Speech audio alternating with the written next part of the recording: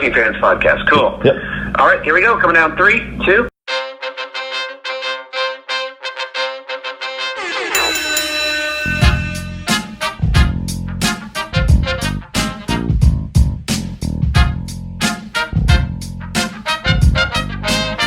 Welcome back for another week of the Working Fans Podcast. This is AJ. I'm the former wrestler. We've got Dave, the ultimate fan, here with us. As we do every week, our producer Joe likes to make us sound good and makes us look way more professional than we actually are. As always, you can find us on Twitter, that's @FansWorking, Facebook, Working Fans Pod. We've got email where you can reach out to us and please contact us to let us know what you think of the podcast and for any ideas that you might have. That's workingfanswrestlingpod@gmail.com. We're on Instagram where you can keep up with us at workingfanswrestling_pod. And then you can now listen to us on all major platforms, including Anchor.fm. We're on Google Podcasts, Spotify, Breaker, Overcast, Pocket Casts, Radio Public, Apple Podcasts, and you can actually check us out on YouTube. Now, it's important when you go onto the Apple Podcasts and YouTube, hit that subscribe button, give us a rating, let us know what you think so you can help us out and we can continue to do what we love and bring you guys in as fans. Hi, wrestling fans. This is Mr. Number One, George South, longtime NWA legend, and you're listening to Working Fans Podcast. All right, everybody, it's the Working Fans Podcast with the man they call Dave, and we got a special guest today. He's our first three-time guest. This guy's been all over, wrestled for WWF, NWA, WCW. He's been all over, folks. He's got a book out called Dad, You Don't Work, You Wrestle. He's the one, the only, Mr. Number One, George South. Welcome back to the show, man. Yes, sir, buddy. Dave, thank you. Buddy, man, that's an honor to be the third. I think we didn't get it right the first time. We got to try it 2 other times, buddy. But, no, thank you so much. I'm very excited to be back, buddy. Thank you. It's a I hope pleasure. everybody had a good Christmas. Oh, yeah, nice and relaxing, George. Nice, relaxing, and not any stress this year. So I loved it personally. Right. I love that. Well, this year, was, and I found a show, if you can believe it, in Crockett, NWA here in the Carolinas, of course, on Christmas night, Dave, was our biggest night for wrestling. It was such a big night in Charlotte, Christmas night, that Jim Crockett and Dusty, we would run 2 shows on Christmas Day, if you can believe it. We'd do a 2 o'clock in Greenville, South Carolina, and then come back to Charlotte Christmas night. And both of them would sell out, if you can believe it, Dave. I can believe it, man. We did that for years. So even this Christmas for me, I've always wrestled on Christmas night. So I even, believe it or not, found a little small show to go to Christmas night. And just so I could just keep that record going. My poor kids and grandkids would not know what to do if I stayed home on Christmas Day. But it was a big night for Crockett. Christmas night was. How many years have you wrestled on Christmas in a row then? How many years is that? Gosh, 35. Wow. I mean, from the first, I've been doing this 41 years, and as far as I can remember, there was always a show on Christmas night. And, of course, every year for Crockett, I was able to do both of them, with Greenville and, of course, Charlotte. And it was just, and the way Dusty looked at it, he was such a genius, Dave, is that you've been with your family all day, and by the end of the night, man, you're ready to kill them or get away from them. So that's why I think wrestling would do so good is you spend all day, just like Thanksgiving, with Starrcade and all that for years. You spend all day with your family and you do Christmas, and then now you're ready to get out of the house. And that's how Dusty thought. And I loved it. It was just some special times and good payoffs, and it was always Christmas night. Yeah, it was a big show. Everybody worked towards that. I think Jim Ross said something years ago that he had booked a tour when he was in talent relations for WWF on Easter. And he said, the guys thought I was trying to kill him. He said, but back in the day, this was what we did. Like, we booked all these holiday shows. That's right. And, I don't think, you've talked about it before, Dave, and I know all the guys, the boys, they work real hard now, but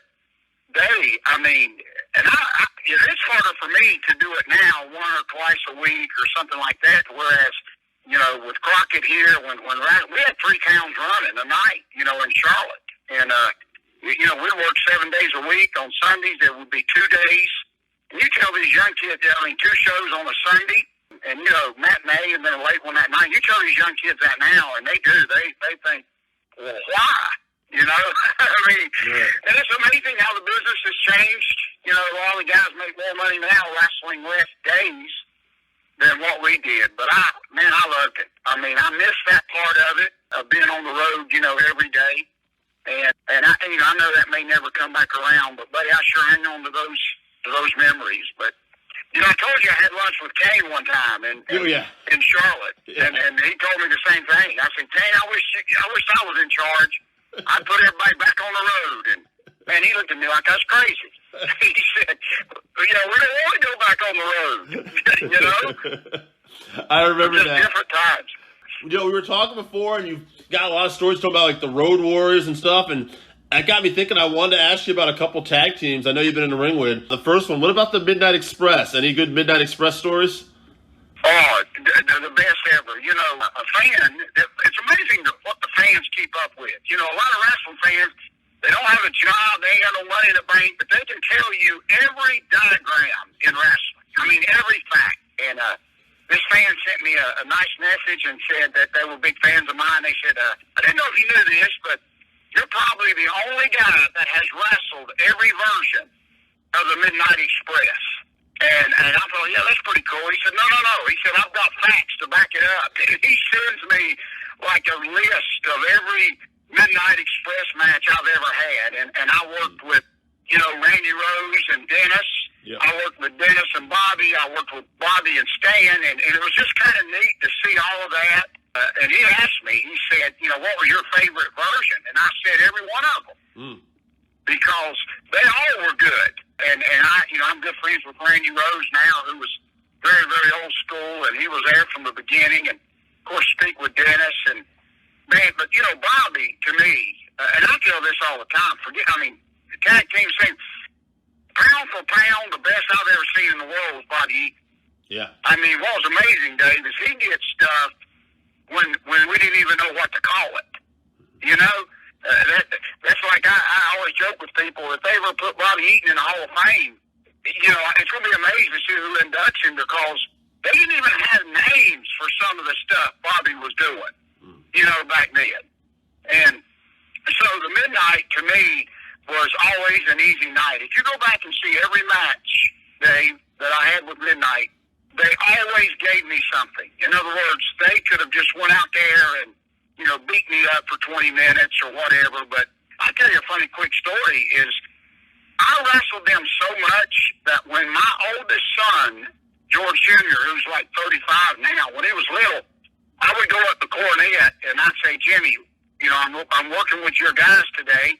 Would you mind just mentioning my name? This is when I was on TBS, Superstation, going all over the world. I said, my son's going to be watching, and as y'all are beating me up, could you just put a little plug in for my son?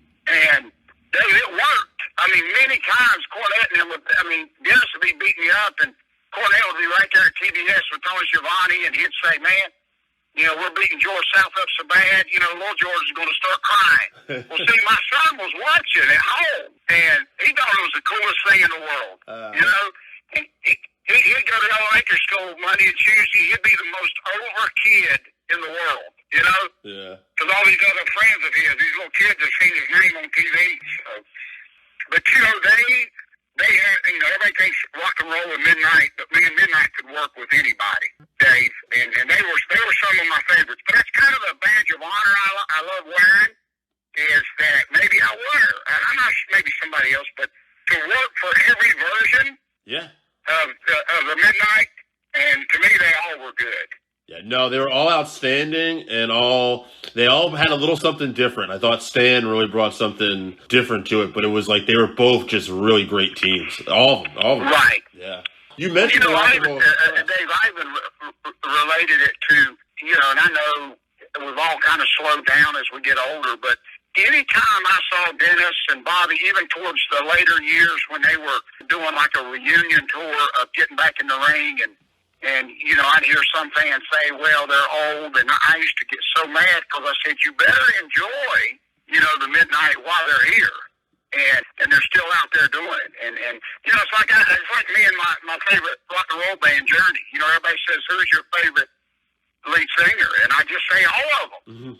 I mean, I'm just glad Journey's still making music. Yeah. And, you know, it's crazy how people look at things. But, yeah, Midnight was the best. Yeah, I agree. Yeah, you did say the Rock and Roll Express. What about them? Any fun times with them in the ring? Oh, let me tell you something. I still love, you know, I talked to both of them, Ricky and Robert, and I just spoke with Ricky. You know, what's amazing to me, Dave, being in this business so long is maybe about 4 months ago, I got to wrestle Ricky Morton's son, you know, Kerry, and as the first time, you know, we know him as Moto, but I mean, you know what, you talking about pressure. I went out there with his son, with his dad in the audience, Dave, and what a special moment for me. To just kind of go full circle, you know. And I told you, I love Ricky Morton so much. I would have married him years ago if he would have said yes. I mean, let me tell you, you know, they used to be, and I think I've shared this before, but the whole time my kids were growing up, I never bought a toy. I never bought candy for my wife or roses because rock and roll, Dave, were getting so much stuff given to them at the shows, they couldn't take it all home. So what I would do at the end of the night is I'd go back to the dressing room, and you wouldn't believe the flowers and the cakes and the candy and the teddy bears that they just couldn't put all of it in the car. They were over that much. Well, Dave, I rounded up every bit of that, you know, and took it home to my kids. You know, my kids thought I was the greatest dad in the world. Because I'd bring them, you know, teddy bear. I remember the first time I done it, I forgot to take the card out, you know, and I remember my son saying, well, who's Ricky and Robert? And I said, it's the name of the Bears, Dave. I had it all, man, but dang, they were just so much. You know, here's the difference, Dave, and I could talk all day, is when I saw Ricky and Robert in the main event, I was never jealous. You know, you hear stories of some of the younger guys being jealous, you know, wishing that they were in that spot. And see, I never done that because I knew if Ricky and Robert was against Midnight in the main event and I was first match, everybody on that card was going to do good. Does that make sense? Oh, yeah. I mean, I knew that, man, my goodness, they helped me raise my family. I'll be honest. I just thank Dennis and his wife the other day for just putting, you know, a lot of butts in the seats that helped me pay my bills. And they did. And I'll never, you know, that sounds corny nowadays, but I'll never forget that. I knew if I was first match and I looked on that booking sheet and I saw rock and roll, my goodness. And I told you, you know, Nelson Royal, and forgive me if I'm sharing some of the stories, Dave, I've already said, but, you know, Nelson Royal, an old-timer, owned a Western store right outside of Charlotte. And all the boys that were making money used to go in there and buy these rattlesnake boots. And I loved them. I've always loved cowboy boots, but they were like what Jake Roberts used to wear. I mean, from the knee down to the ankle, just for probably $900 a pair. And I told you, I looked at Ricky Morton one time in Atlanta at TBS Studio, and I said, man, I love them boots. And you know what? I think I've told you, Dave. He said, do you want them? And I said, well, of course. He said, well, I'll tell you what. Come by my house on Monday, you can have them. And I thought, man, what a cruel joke. Yeah. You know, I thought, man, hey, Ricky, but you know what? I said, well, I'm going to go. Dave, Monday morning, I went to his house, and he gave me those boots, buddy. I got them at my house to this day.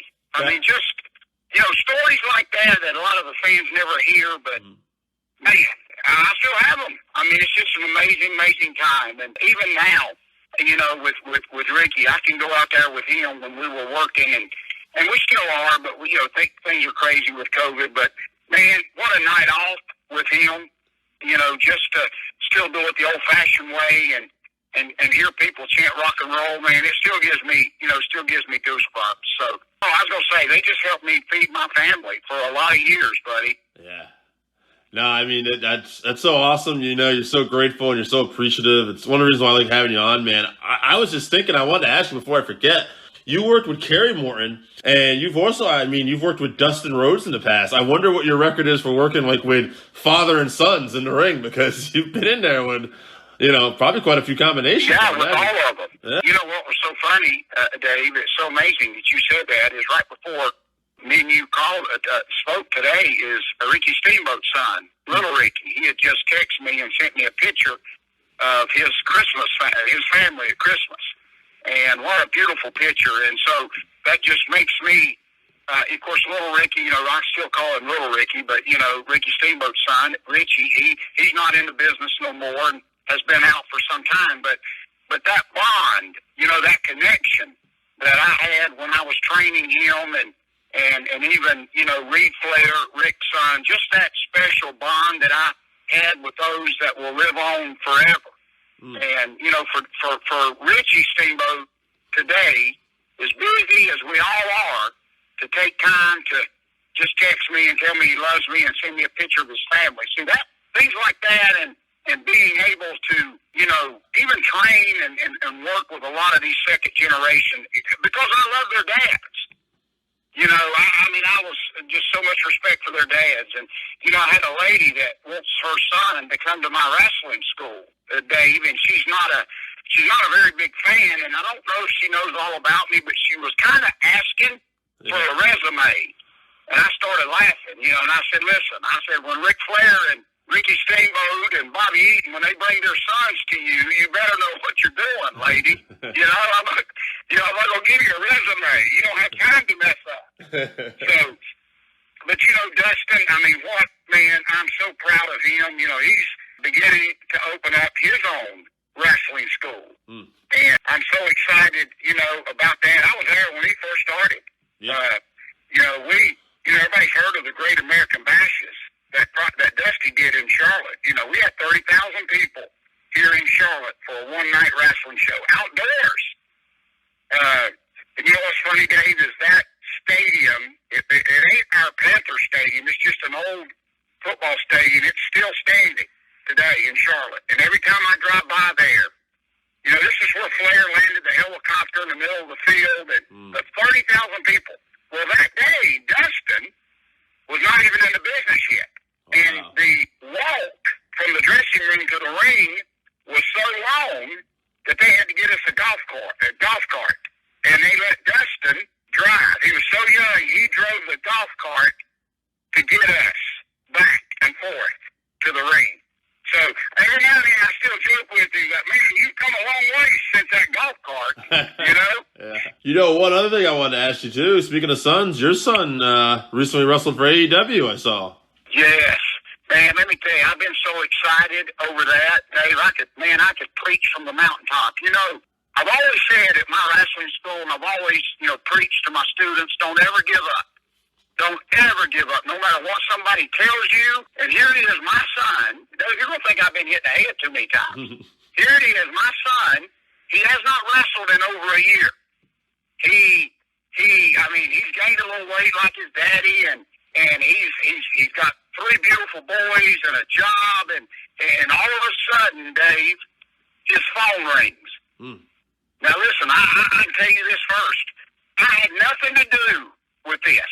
Everybody thinks, George Jr., his dad, made a few phone calls. I said, no, if I could do that, I'd be down there. If I could make a few phone calls, I'd be in AEW. But anyway, Dustin Rhodes called him just right out of the blue. Dave, you'll laugh at this.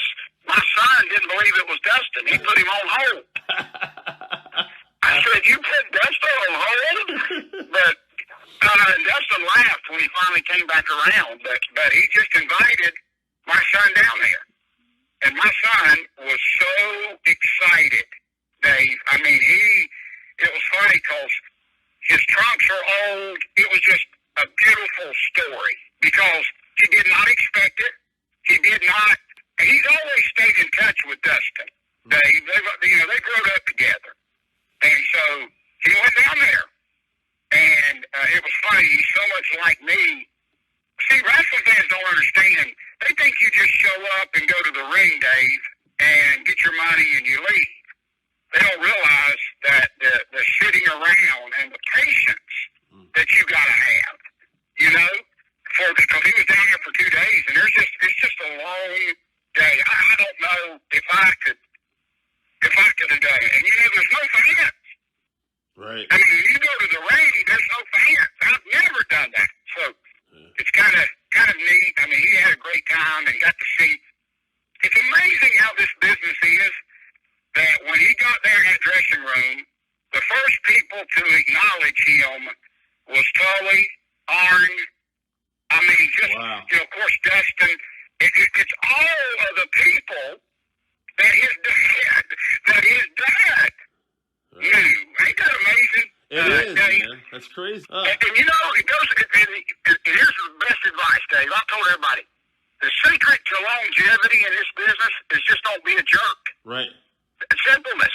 See, if I would have been a jerk in my day, I don't think Tully and Arn would have been so receptive of my son. Does that make sense? Oh, 100. I was thinking this the whole time you were saying this, man. Like, if you weren't such a good guy and you didn't get along with them, like, I'm sure they wouldn't have got a phone call. You know what I mean? And it's Ain't not, that something? Yeah. It has nothing to do with talent sometimes. I mean, talent, you need talent, but sometimes you just got to be a good person, too. You got to be able to interact with You people. sure do. All right.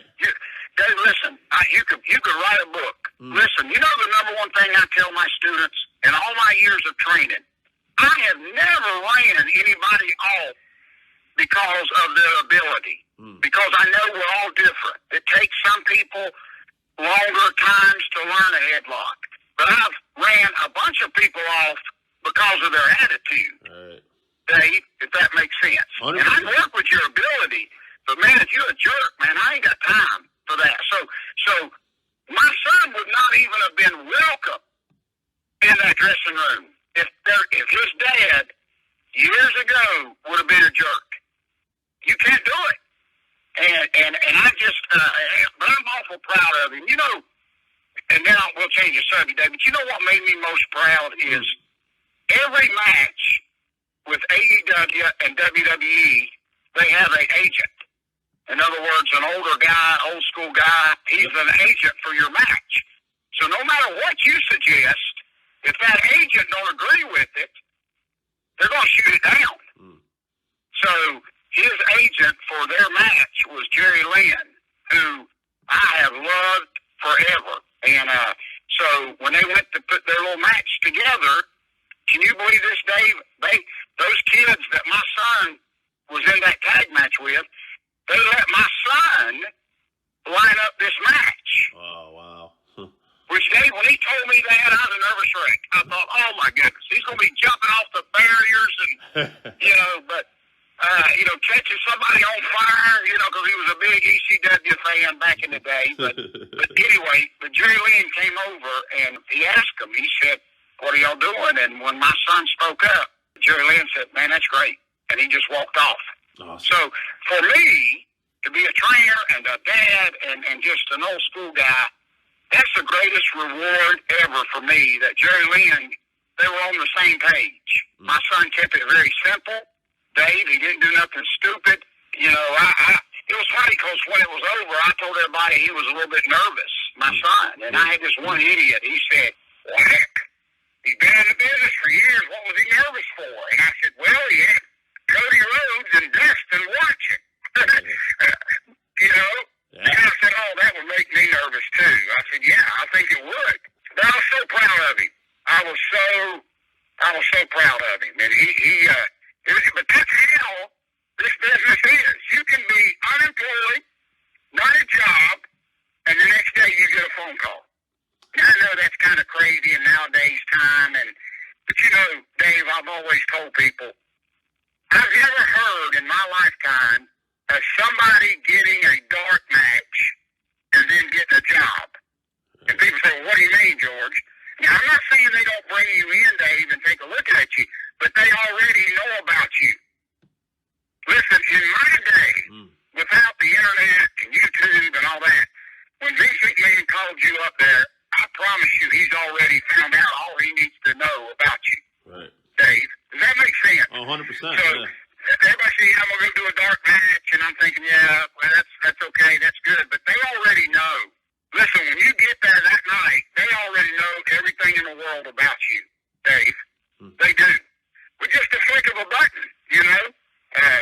told you when my boy Cedric, who I'm so proud of, with WWE, he was one of my students. Yeah.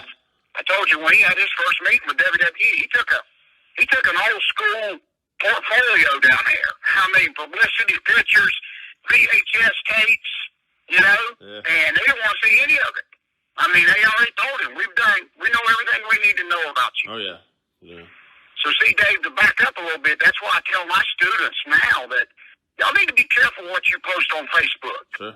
You need to be careful what you put on social media. Because if you look like an idiot, first of all, I'm going to be mad at you. Mm-hmm. But you don't know who sees this. And so I'm sure there's a lot of guys that never get a chance, never get looked at, Dave, because of something stupid they said or done. You just got to be very careful. So, 100%. But anyway, 100%. you know that, and it's just act like you got, I tell everybody, it ain't brain surgery. Just act like you got some sense, Yeah, no, 100%. And nowadays too, I mean, not so much this year because everything going on with COVID's been in the news, but I remember about last year around this time hearing people getting drugged through the mud over stuff they said 15 years ago. Yeah. So it's like, Can you believe that? yeah. And you know what's funny is you'll love this, Dave. See, I tell everybody every day that I'm a mess up. I tell everybody that I have messed up, I've screwed up, I made so many mistakes. So if you hear about it on TMZ News, don't freak out. I've already told you I'm a screw up. Right.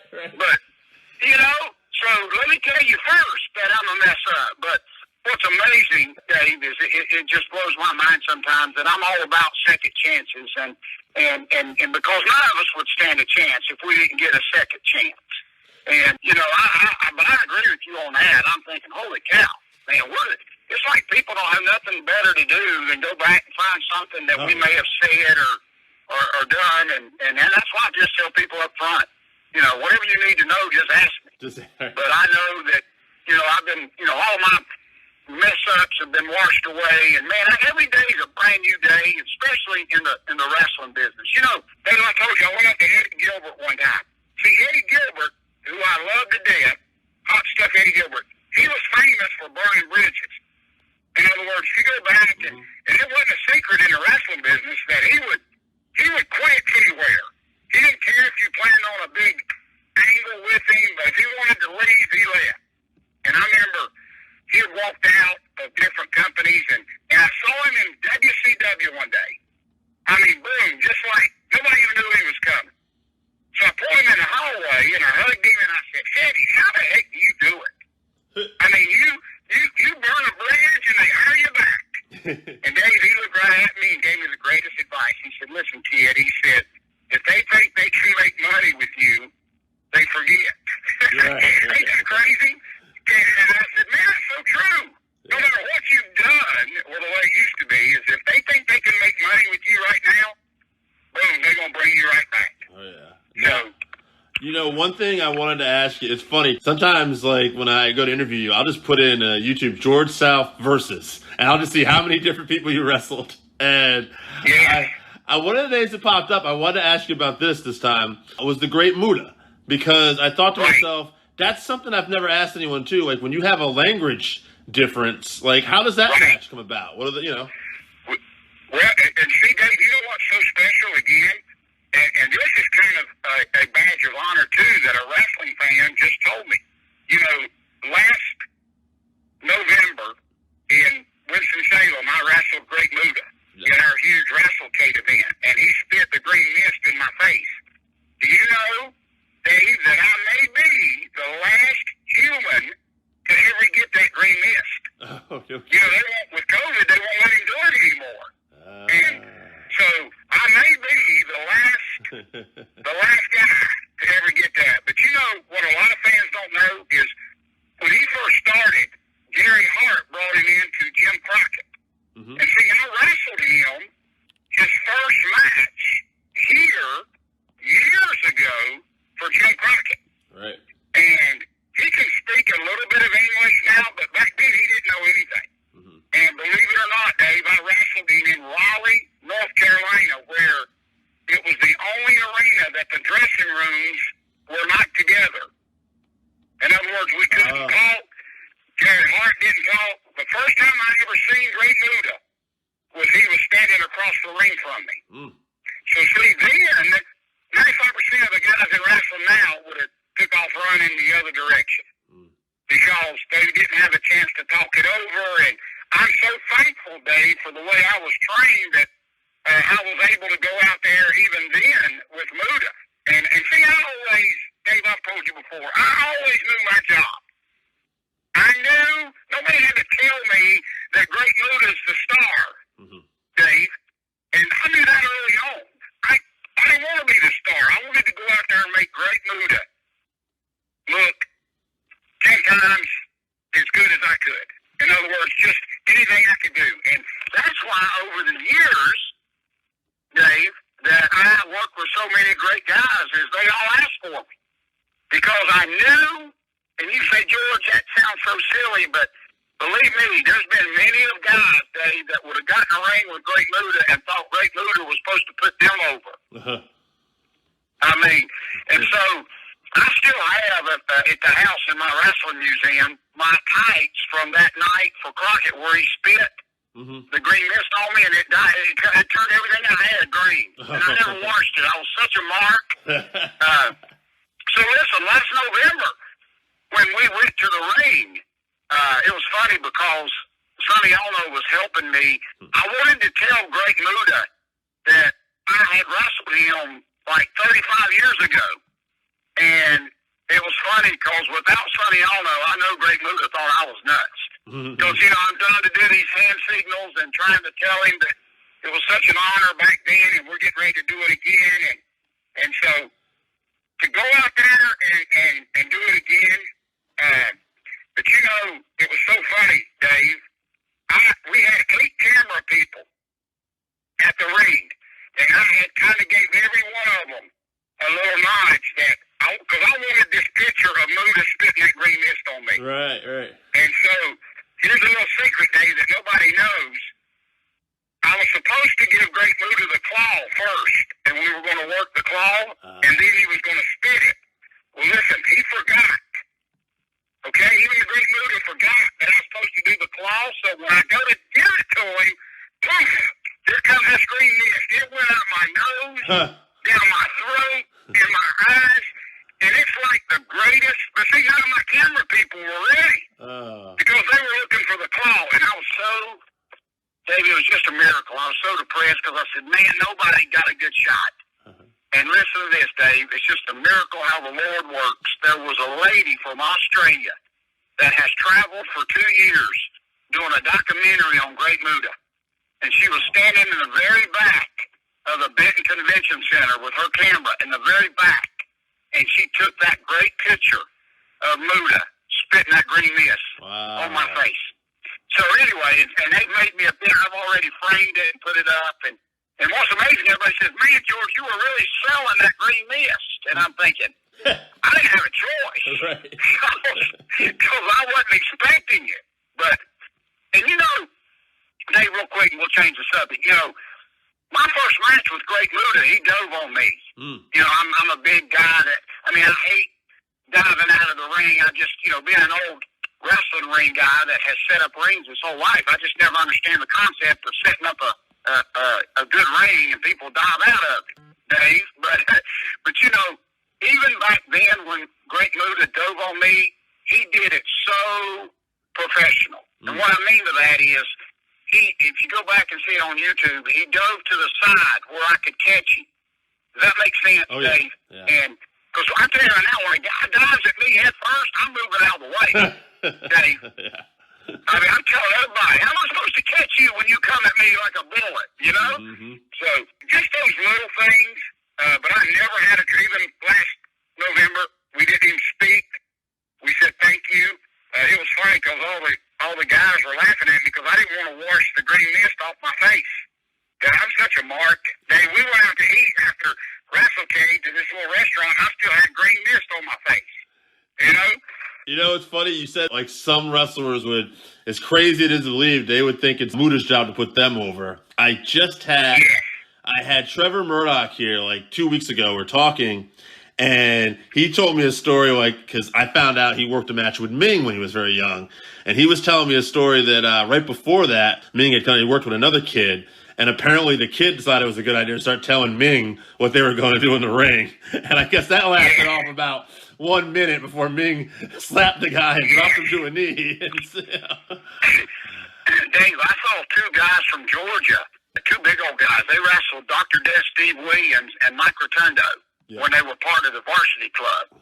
And in the dressing room, you could tell that these two guys from Georgia, they were real loud and obnoxious. I mean, they were just jerks, and I didn't know them. But I could tell right away that I think they thought that they were going to go out there and manhandle Mike Rotundo and Dr. Death. Bad idea. And so I thought, this ain't going to be good. And literally, I was right. On paper, you wouldn't even believe that somebody could be that stupid. But these two big jacked up guys thought that, this is their big break. And man, I'm gonna tell you what, Dr. Death. If you could imagine from an old cartoon where somebody gets shoved, like Popeye gets shoved in a trash can, where he's just bent with his head and his legs sticking out the top of the trash can. That's literally what Dr. Death and Mike Rotundo did to these two guys. They're probably still stuck in those trash cans, but the mentality of guys thinking that, listen, I saw a guy get in a ring with Jerry Lawler not too long ago before COVID hit, and this guy actually thought that Jerry Lawler was going to this guy thought he was the king, not Jerry Lawler. And I don't think I've ever heard Jerry Lawler get mad in my whole life, but that night, you saw how tough Jerry Lawler was. And it's just the stupidness. And Dave, I told you the secret to my longevity. People always ask me, man, how have you lasted? Dave, I just did the opposite of what I've seen wrestlers do. You know what? I just do the opposite of what all these goofy people have done, and I've just lasted. Rick Luger was very special. I was just hearing a story, actually, because unfortunately, Danny Hodge just passed away as we're doing this, and I was hearing a story about people would make that mistake sometimes with Hodge, and Hodge was one of the most decorated competitors of all time in amateur wrestling. Right. Dave, one time I asked Nelson Royal, who was big, he was as old school as you could get. I said, how tough? See, I wrestled Lou Thez. Right. When I had just turned 18 years old, and Lou Thez was still working some independent shows. Well, this promoter put me in there with him. And I knew who Lou was from the magazines, but man, I'm 18 years old, man. I'm feeling my oats. What's this old man going to do? And I actually walked into Lou Thez's dressing room, if you can believe this. And I had the old Tribune show print poster hanging up at my house where I wrestled him. But I walked in his dressing room and started to tell him what I was going to do. I was telling Lou Thez my favorite moves. What I was going to do to him. Dave, he stopped me right in my tracks. Yeah. He got me nose to nose and said, first of all, you're going to shut up. And let me tell you something. We went out there, and believe me, I shut up too. I didn't backtalk him. But I always asked, because I felt Lou Thez, even at his older age, I felt how powerful that man was. He could have killed me at any time. And he let me know, that he was in charge. But when you settle down, Dave, and work with these guys, you can have an unbelievable match. Right. But see, it's like Danny Hodge. I asked Nelson Royal, I said, how tough was Lou? And Nelson used to laugh and say, well, we never really knew because everybody was afraid to try. So see, these guys were tough, but if you had any sense, you never tried to find out, Dave. You just, it was funny because we used to say Lou Thez may not have been, all that tough, but who was going to find out? Not me. Yeah. If you were smart, you didn't want to know the answer to that. Yes. And see, even now at my school, Dave, I saved a message on my phone of this guy that I've never met. He called my wrestling school, and he spends 20 minutes telling me about all of his karate awards. He's black belt. It's funny because when you hear his awards, you're thinking, why the heck does he need me for? He needs to be fighting Chuck Norris somewhere. But it's funny because he tells on himself because he says, he gives me all these awards, 10-time black belt, 10 times this, and you can tell he's out of breath as he's talking. I mean, brother done blowed up, you know, on the phone. And so, I didn't even, you know, guys like that, but it's amazing how, I don't care how tough you are. Mm-hmm. You know, Hulk Hogan has said many times that he probably couldn't fight his way out of a paper bag, but he hasn't had to. Right. You know, he's got, you know, $100 million in the bank. So this business, and what nobody understands, Dave, as tough as it is, we don't care how tough you are. Right. That don't mean you're going to draw money. That don't mean, see, I told everybody, you be the toughest guy in the world, but that don't mean nobody's going to work with you, Dave. And you can't make a dime. Something I learned years ago, you can't make a dime by yourself, Dave. Yeah. You've got to have somebody in that ring with you. And I'm telling you, you're like me. I've had some of the best matches in the world with me because I know who he is. And I respect what he does. And I go out there and I do my job. You know? You know, when I went down, I mean, you talked about it, when I went down last year to the NWA, you know, in Atlanta, and I got to wrestle Steve Corino's son. Right. You know, I knew before I got there the finish. Nobody told me what we were going to do. Nobody had to tell me. But I knew my job. And I wasn't going down there to Atlanta. I don't care if they were going to put the NWA belt on me. I wasn't going to do it. I knew my job, and my job was to go out there and put Colby Corino over. And he's such a great kid, man. I love him to death. And so nobody came up to me. And all those agents, NWA, I don't care if they had 12 agents come up to me. That I'm thinking, holy cow, guys, relax. And I knew what my finish was going to be in that match. And it was. And it worked great. You know, winning. I've seen guys quit and leave the territory because they had to lose a match. Dave. It's wild. Listen, I used to get beat. I told you this. Magnum TA used to beat me in like 3 seconds. You know, that was his gimmick, was a belly-to-belly. Right. And I remember walking back from the ring, and the security guard was helping me. And I was selling, you know, my back. And as I was walking back, these fans are laughing. You know, they're throwing stuff at me. Oh, you loser. You got beat in 3 seconds. And I'll never forget, I looked over at that security guard, and he just grinned from ear to ear. You know, he knew, you really got beat. You just made $400 for like, 3 seconds of work. Right. You know? And so I said, I can beat me like that anytime. George, you're always great with stories, man. I know you're training a class today, and before you go, why don't you promote your book and school and anything else you want, man? Yeah, buddy. I appreciate Dave y'all so much, man. I tell you, I love, man, we could talk all day, buddy. I do. And believe me, y'all are first class. There's a lot of interviews I do. Man, I did one the other week, a podcast, and I ought to mention their name, but Dave, listen, and I understand things get busy, but they put me on hold for 38 minutes. Dave, I'm not making that up. 38 minutes, and I can't. Why? If I wasn't, I don't know. The devil almost came out in me, buddy. Let me tell you. I'm glad it did, George. I'm glad it did. Oh my God! They finally got on and never apologized, and we did the interview. But I was pretty much, and I understand things happen, but so what I'm saying is all podcasts ain't the same. No. Let me tell you, buddy. Just like wrestling matches. But anyway, man, they can come to georgesouth.com. That's my little website. And of course, they can look at my book. You know what's amazing, Dave, is I've got a new book out. That's I think we may have mentioned it last time. It's every match I've ever had. Oh, right. In other words, this guy, he did a results book for me. And it was so funny because I'm so proud of it. There's over 12,000 matches in this book, and the dates, who I wrestled, and a few pictures and stuff. But it was funny, when he gave me the book, nobody had seen it, and he was sweating. I think I told you, Dave, he was a nervous wreck. And I remember I said, Jason, what is wrong with you? And he said, man, I just want you to like it. And I said, buddy, you just typed my name 12,000 times. I ain't never going to tell you that I don't like this book, even if I did. And then I asked him, I said, are you still married?